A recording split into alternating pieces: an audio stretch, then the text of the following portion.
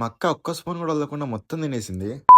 Hi guys, welcome back to Satish explore. ఇది మన day 2 in 30 days challenge. ఇదేంటి ఇలా ఉంది అనుకోకండి. ఈ రోజు మమ్మీ అయితే మా అక్కకి ఎంతో ఇష్టమైన మేక బ్రెయిన్ అయితే తీసుకొచ్చింది. హైదరాబాద్ లో అయితే దీన్ని బేజా అని పిలుస్తారు. మీ ఊర్లో ఏమంటారో కింద కామెంట్ చేయండి. అలాగే మీలో ఎంత మందికి ఈ బేజా ఫ్రై ఇష్టమో కింద కామెంట్ చేయండి. ఇంకా మనం అవుతామా? ఇలాంటి స్పెషల్ వంటలు ఏదైనా ఉంటే మా ఇంట్లో ఖచ్చితంగా నా చేయి ఉంటుంది అందులో.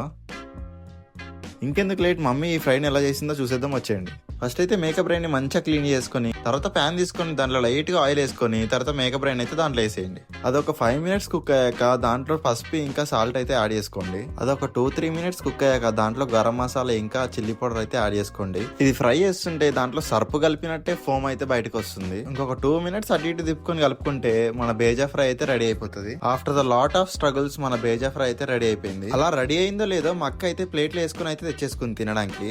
నాకు ఆల్రెడీ బ్రెయిన్ ఉందని చెప్పి నేనైతే లైట్ గానే ట్రై చేసా. అంటే